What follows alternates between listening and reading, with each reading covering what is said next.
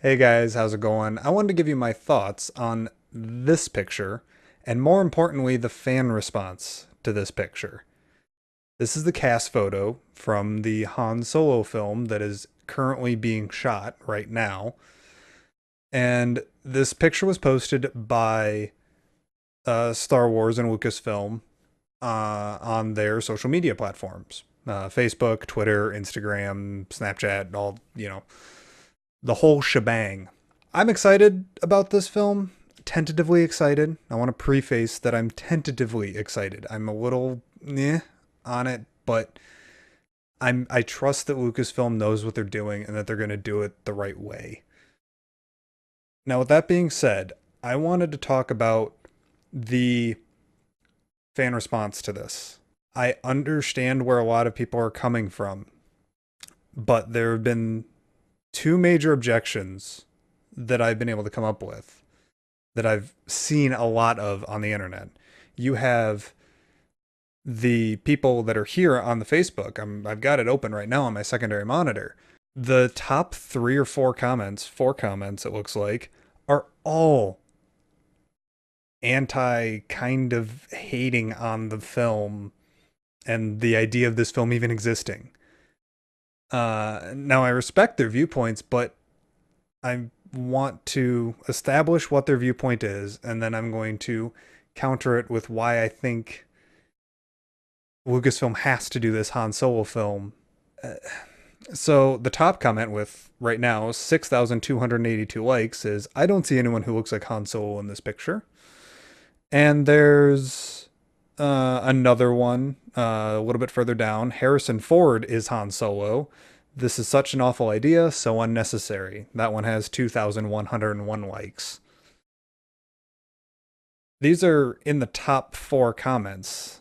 The next one down is at 762 likes, and that's the only one that's kind of defending the idea that this movie exists. Another comment in here has another point to make about why this film doesn't exist, as opposed to just they could ruin the character, and I'm worried about that too, and that Aaron Aldenreich doesn't necessarily look a ton like Harrison Ford, but it's recasting. You're not going to get a one-to-one comparison. I'm sorry, and I trust that Alden Ehrenreich is going to he's going to give us a good enough performance. He was wonderful in Hail Caesar, and uh, Lord and Miller, the directors, are phenomenal. Look at how bad the Smurfs movie was, which was a shameless attempt to feed on nostalgia and a children's franchise.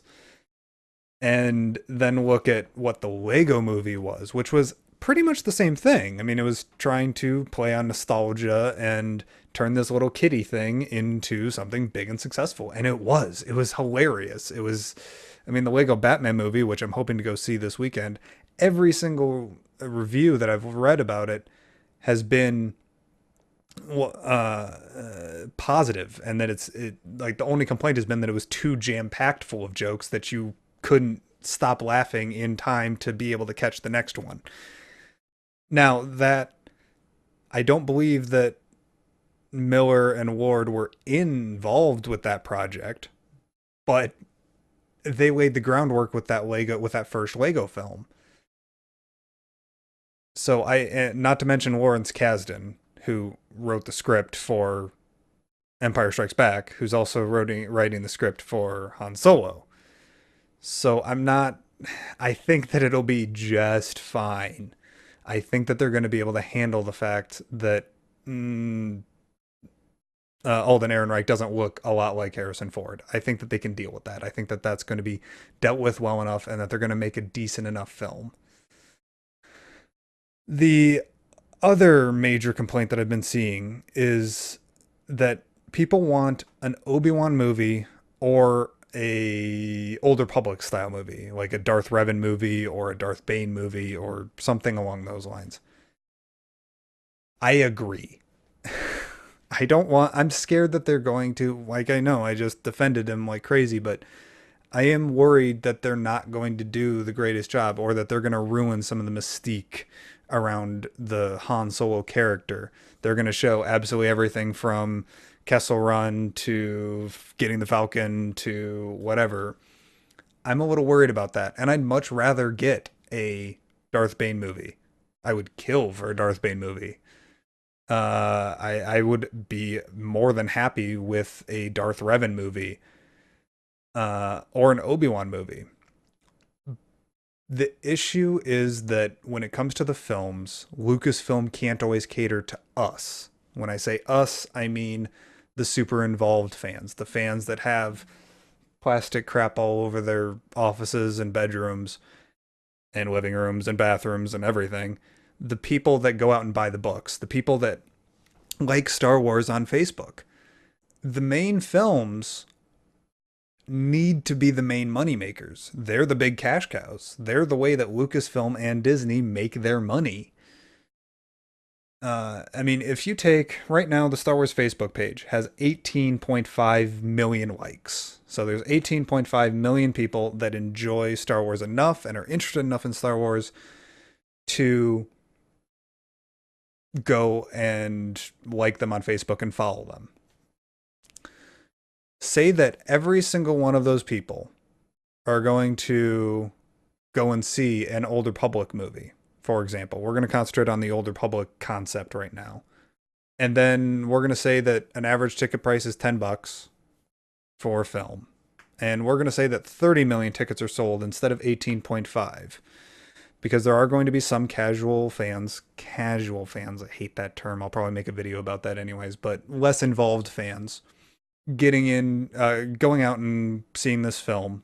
And you're going to have tons more super involved fans like myself going and seeing it multiple times. So we'll say 30 million tickets are sold at an average price of about $10. That's only 300 million bucks gross.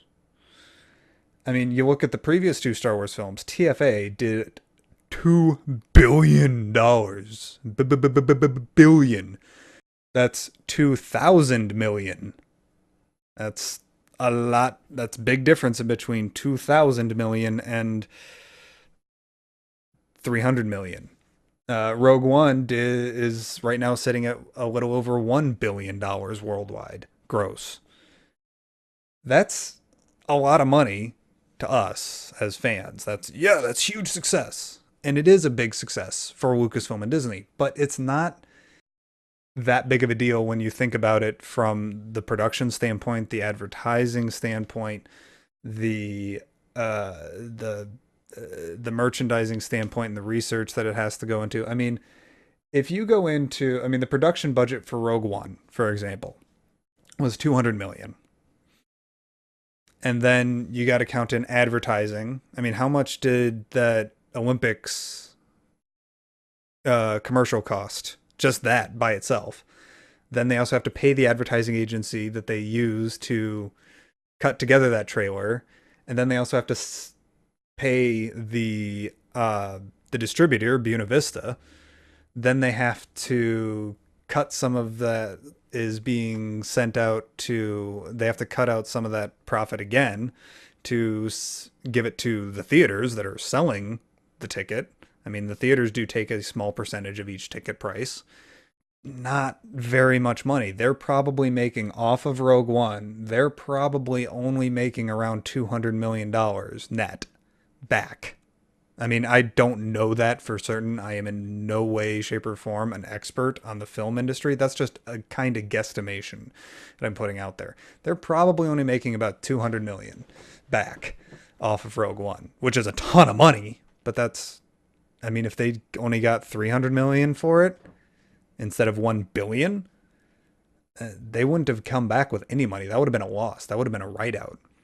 And to put it this way, bringing it back to the numbering and the amount of people that would go and see it, look at how hard it was to get people to go out to go see Rogue One and to understand where Rogue One was in the timeline. I mean, I personally had to tell quite literally dozens of people. I work in a warehouse where I work with quite literally 300 or 400 people on one shift.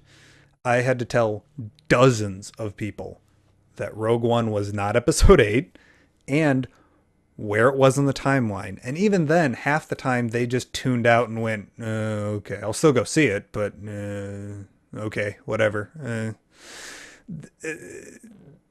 Imagine trying to sell those people that have no idea that the Old Republic era even exists into this new thing. I mean, somebody did point out that, you could throw in a trailer with a bunch of lightsabers and Jedi versus Sith battle, and people would realize that it's not in the normal timeline. Not quite. I mean, why? I mean, I imagine that most people would read a trailer with a big lightsaber battle in between a contending armies of Sith and Jedi as, oh, those must be the Knights of Ren, and Luke must have had some reserve Jedi, or he was training some Jedi on Ahch-To. They wouldn't know that it's Ahch-To, but, you get my point. I think that that's how people would rationalize it. That's how the less involved fans that don't follow every single bit of news dripping out of Lucasfilm, that's how they're going to interpret that. And I don't think that that's a good way of... They're not going to be able to sell an Old Republic movie like they can sell a Han Solo movie. Everyone knows who Han Solo is. All I need to do is say, it's an origin story for Harrison Ford's character, Han Solo. And people go, oh, okay. I've already had that happening. People have been like, hey, what's the next Star Wars movie coming out? And then I'm like, well, there's episode 8, and then there's Han Solo. What's the Han Solo film about? It's an origin story for Han Solo. And people go, oh, okay. Like, it requires less explanation than Rogue One did. They have to cater to that audience when it comes to that. Now, the other one is an ObiWan movie. The other alternative that I see being thrown out by ultra passionate fans is an ObiWan movie. I guess my issue with the ObiWan movie is that I can't see an interesting story happening there. If the Emperor found out that Luke was alive, he would have sent absolutely everything to Tatooine to kill Luke. The Sheev Palpatine is far too paranoid, I think, to allow that to be a thing. So that cuts out a threat to Luke. I don't see Obi-Wan having something else to do. I just don't. I don't see him having any story that would pull in the general audience. I mean, we might be interested in it, something that goes along with like that Kenobi book that we got from, I believe, Miller. I think he was the one that wrote it, where, it's him adjusting to being a hermit and all that kind of stuff. I don't think that you could sell that to the general audience. It's not a big enough story. It's not a grand enough story. It's not the rebels stealing the plans to the Death Star. It's not, oh, we finally figure out about this character that everyone loves. We just kind of get this. It would be just I'm sad because all my friends are dead. Well, okay, that sucks. I just think that story is better told either through Rebels, which we might be getting later on in this season with the whole Maul versus Obi-Wan teaser that we got with the trailer, or a comic or a book. That Kenobi book, I don't believe sold very well either. Yeah, there are probably around 2 to 15 million. I know that's a huge window, but probably in between 2 to 15 million people that are super ultra passionate fans. But we're not that big of a number when it comes to actually selling these movies. The movies are the cash cows. They have to give us our fan service through the books and the comics and the video games, maybe. The big cash cows, the things that allow us, or that allow Lucasfilm to give us those super fan servicey things like pop figures and figurines and comic books that I've got sitting on a shelf back there, and novels and everything like that. We get those because they have to cater, or because they cater to the general public. They cater to the people that aren't super big into Star Wars, but they still love it. I don't know. I guess that's just my thoughts on it. That's how I feel about the Han Solo film. I'm tentatively excited about this film. I really am. I trust Lord Miller. I trust the cast. I love Woody Harrelson. Uh, and Lawrence Kasdan wrote it. Again, Lawrence Kasdan wrote this movie. The movie that most people think is the best Star Wars film ever.